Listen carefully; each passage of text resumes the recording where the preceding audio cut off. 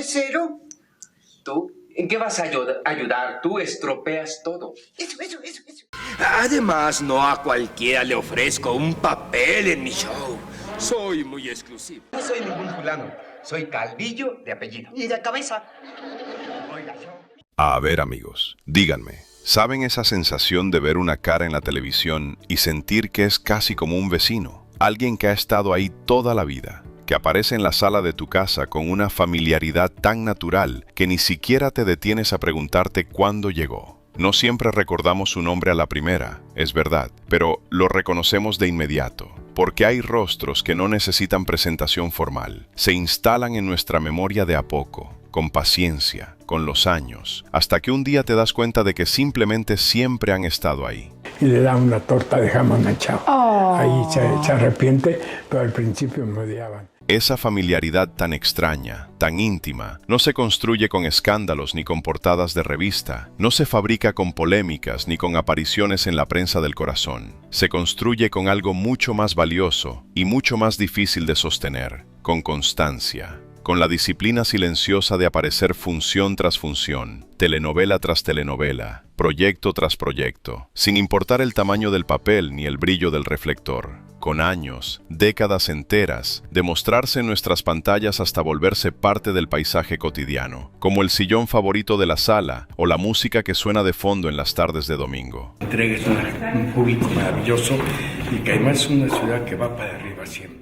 Pues hoy nos toca hablar, con el cariño y el respeto que merece, de uno de esos rostros verdaderamente imprescindibles, que sin hacer ruido, sin buscar el protagonismo fácil, terminan siendo absolutamente fundamentales en la historia de nuestro entretenimiento, y que, lamentablemente, hace poco nos ha dicho adiós. Me refiero a Ricardo de Pascual, un nombre que quizás no todos recuerden de inmediato, pero que al instante de verlo en pantalla despertaba algo, una familiaridad, una confianza, una sensación de, ah, claro, él. Ricardo de Pascual, efectivamente, se me fue en un momento el nombre. Gracias, Ricardo.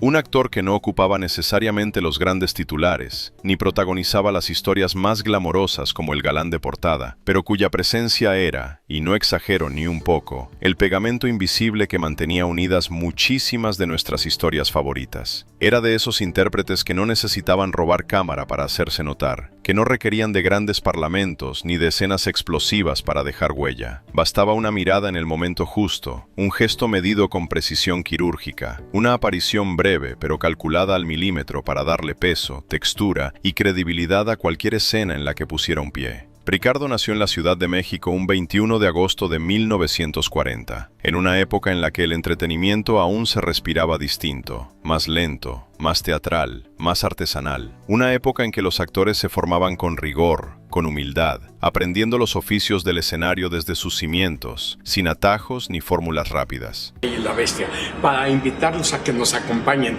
el domingo 22 en la función de la 1:30. Y desde muy joven, casi como si fuera un destino que ya venía escrito desde antes de que él mismo pudiera leerlo, sintió esa llamada del escenario. Esa voz que no todos escuchan y que quienes la escuchan ya no pueden ignorar por más que lo intenten. Esa inquietud profunda, esa necesidad de contar historias desde dentro de ellas, lo llevó a dar sus primeros pasos formales en la actuación allá por 1958, cuando México y su industria del entretenimiento eran un mundo en plena ebullición creativa. Así comenzó una aventura que no solo definiría cada rincón de su vida, sino que terminaría entrelazándose, silenciosamente, y sin que muchos lo notaran en su momento, con la memoria emocional de varias generaciones de espectadores que lo vieron crecer, madurar y perfeccionarse con el paso de las décadas. Mesero. ¿Tú? ¿En qué vas a ayudar? Tú estropeas todo. Eso. Lo que hacía especial a Ricardo no era únicamente su talento, que lo tenía, y de sobra, vaya que sí, sino algo que hoy en día resulta casi difícil de encontrar. Una formación artesanal y una disciplina de hierro que parecen sacadas de otra época, de un tiempo en que el oficio se respetaba con una devoción casi religiosa, casi sagrada. No era un actor improvisado, de esos que llegan por casualidad y se quedan por suerte. No. Ricardo se había construido a sí mismo ladrillo a ladrillo, a base de ensayo y error, de horas interminables de tablas, de observar con atención todo lo que ocurría a su alrededor, de equivocarse sin vergüenza y volver a empezar las veces que hiciera falta, hasta pulir cada gesto, cada pausa, cada inflexión de voz. ¿Qué? Te traje una torta de jamón. Gracias, señor Volado. Se curtió en el teatro con los grandes, absorbiendo el método clásico como una esponja sedienta, entendiendo desde temprano una verdad que no todos los actores aprenden a tiempo: que el escenario no perdona, que el público, aunque a veces permanezca en silencio, siempre está observando, siempre está juzgando, y que la única forma de estar a la altura es prepararse como si cada función fuera la más importante de la vida. Jamás debí dejarla plantada en la hoguera. Digo, en el altar. Se decía de él, y no como exageración romántica, sino como una verdad casi legendaria que circulaba entre colegas con el peso de los hechos comprobados, que era tan profesional, tan absolutamente comprometido con su trabajo, que ni los problemas personales más difíciles, ni las tormentas más duras de la vida privada, lograban que faltara a una función. ¡Vamos, Gemelovsky, lo logramos! Voy a avisarle al alcalde que la inauguración será mañana. Podía estar atravesando situaciones devastadoras fuera del escenario. Podía llevar el mundo entero encima antes de llegar al camerino. Pero en cuanto pisaba las tablas, algo cambiaba. Algo se activaba en él que era difícil de explicar con palabras. El actor tomaba el control.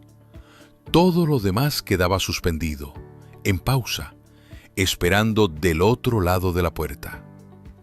Esa capacidad no es menor ni debe tomarse a la ligera. No habla solamente de disciplina o de profesionalismo en el sentido técnico de la palabra.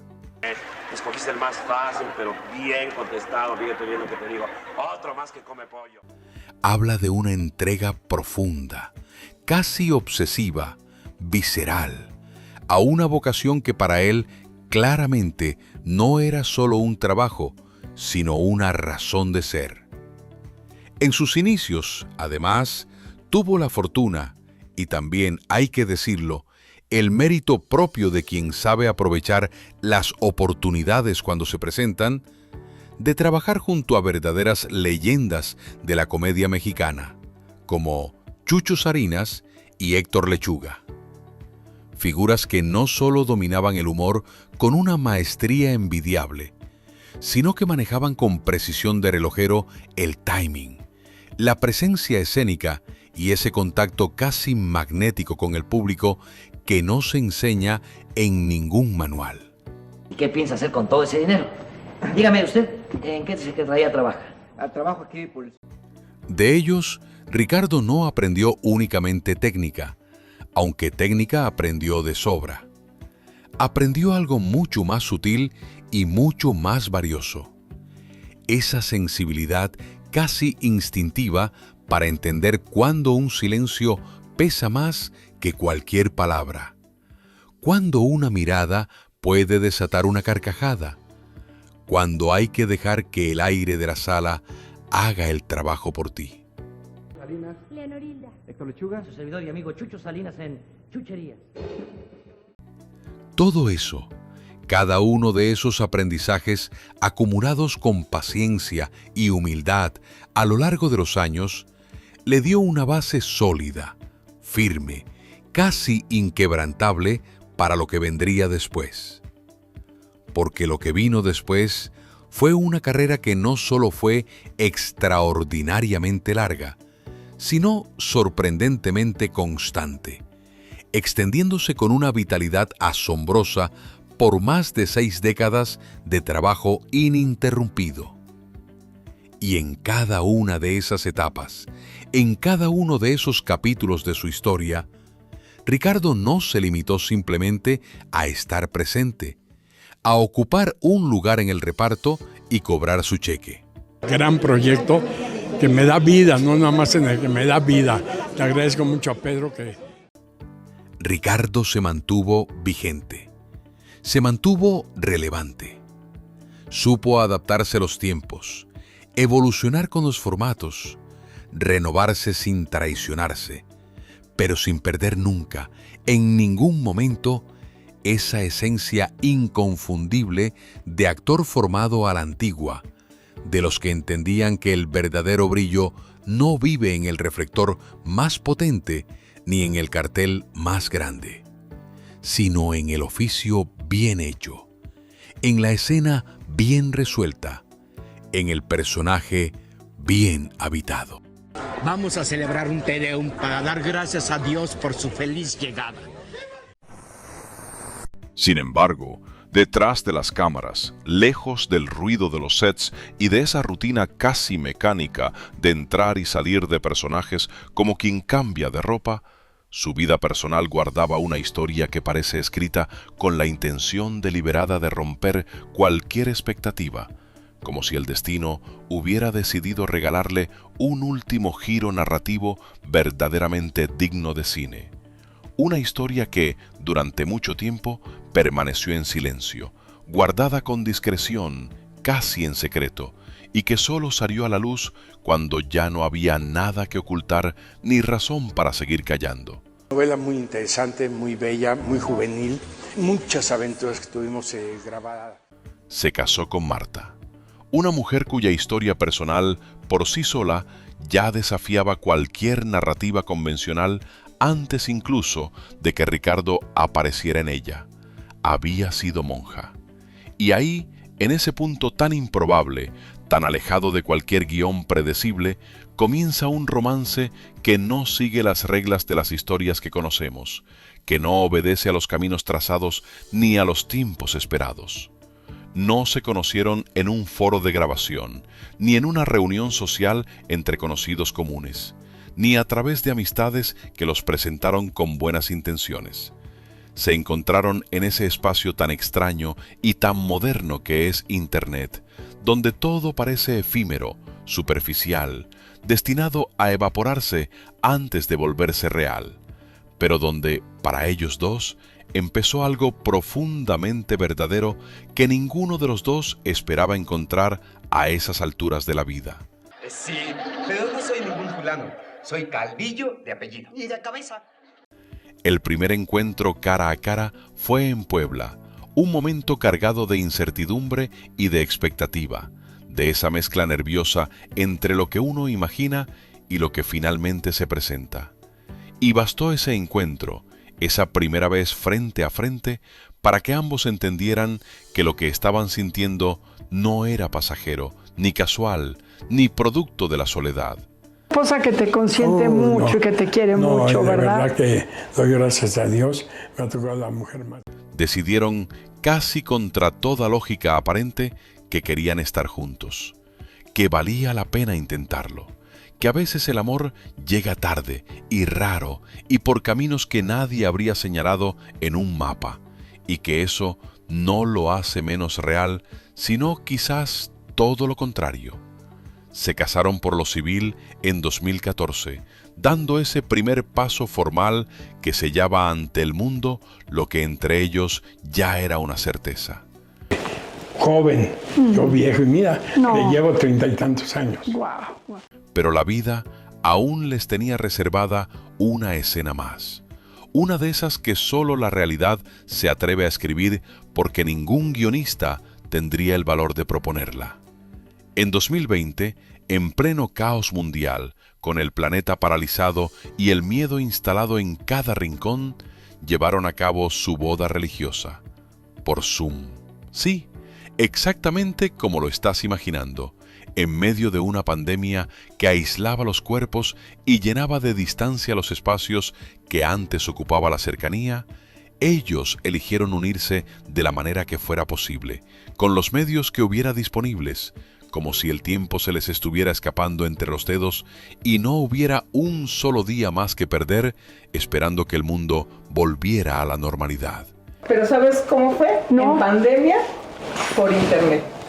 ¿Cómo? Sí. Y quizás ahí, en esa imagen tan íntima y tan desgarradora al mismo tiempo, está el golpe más profundo de toda esta historia, porque Ricardo tomó esa decisión después de escuchar a los médicos decirle que no le quedaba mucho tiempo. No fue un acto impulsivo ni romántico en el sentido ligero y superficial de la palabra. Fue algo mucho más crudo, más consciente, más honesto que todo eso. Fue un acto de amor en su forma más pura y más desesperada a la vez. Un compromiso asumido con los ojos completamente abiertos, cuando ya no hay margen para dudar, cuando los cálculos y las postergaciones dejan de tener sentido, cuando lo único que queda, lo único que importa de verdad, es elegir con quién quiere cerrar el telón. ¿Si ya lo chocó? No, no lo choqué. Lo estacioné con Lamentablemente, sus últimos años no fueron fáciles. La salud, esa variable que ningún talento ni ninguna disciplina pueden controlar del todo, le fue cobrando facturas pendientes con una dureza que no se merecía. El tabaquismo de su juventud dejó una marca profunda en forma de EPOC severo, una enfermedad que te roba el aliento literalmente, que convierte algo tan automático como respirar en un esfuerzo consciente y agotador. Y como si eso no fuera suficiente peso para cargar, se le sumaron las secuelas del COVID-19, problemas cardíacos, complicaciones renales y una columna que también empezó a decir basta después de décadas de trabajo sin pausa. Doctor, le tengo que practicar una endodoncia. ¿En dónde? En la boca. Pero aquí viene algo que dice todo lo que necesitas saber sobre quién era Ricardo de Pascual en su esencia más profunda. Incluso dependiendo de oxígeno para respirar, incluso después de que los médicos ya habían dado su veredicto con toda la crudeza que esos momentos implican, él seguía con ganas de trabajar, seguía queriendo estar en un set, seguía pensando en personajes, seguía siendo, hasta donde el cuerpo se lo permitía, el actor que había decidido ser desde los 18 años. Esa imagen dice más sobre su carácter que cualquier premio o reconocimiento oficial que pudiera haber recibido. ¿Por qué quiere usted vender la vecindad a un precio tan bajo? El corazón. Finalmente, este 21 de abril de 2026, a los 85 años, la Asociación Nacional de Actores confirmó lo que muchos temían. Ricardo de Pascual nos había dejado. Aunque no se hizo pública la causa exacta de su partida, su muerte dejó un vacío que se siente de una manera particular, de esa manera silenciosa y honda que solo producen las pérdidas de quienes estuvieron ahí siempre, sin que se lo pidiéramos, sin que los busquemos conscientemente, pero cuya ausencia reordena algo en el paisaje familiar que conocíamos. Se nos fue un actor constante, querido, profundamente honesto en su oficio. Un hombre que, con cada aparición, nos recordó que no se necesita ser el protagonista para ser inolvidable. Que a veces, los que sostienen la historia desde los bordes son los que más falta hacen cuando ya no están. Tu culpa tiene un lado como el otro lado, ¿no? Porque muchas veces podemos culpar o señalar a alguien. Ricardo de Pascual fue un actor de reparto clave en la televisión mexicana. Parte esencial del universo clásico de Chespirito, un rostro recurrente en la comedia durante más de medio siglo, y alguien con una vida personal discreta, marcada al final por una historia de amor que tenía más verdad que muchos guiones. Porque no entendí que el cigarro hace daño, de joven fumé 20 años. No fue una figura mediática ni escandalosa, fue un actor de oficio, de los que construyen la industria sin protagonizar titulares. De los que, cuando se van, nos dejan preguntándonos cómo no les dijimos antes lo mucho que significaban. Y si llegaste hasta aquí y esta historia te movió algo, te pedimos que hagas una cosa muy sencilla. Dale like a este video y suscríbete al canal si todavía no lo has hecho.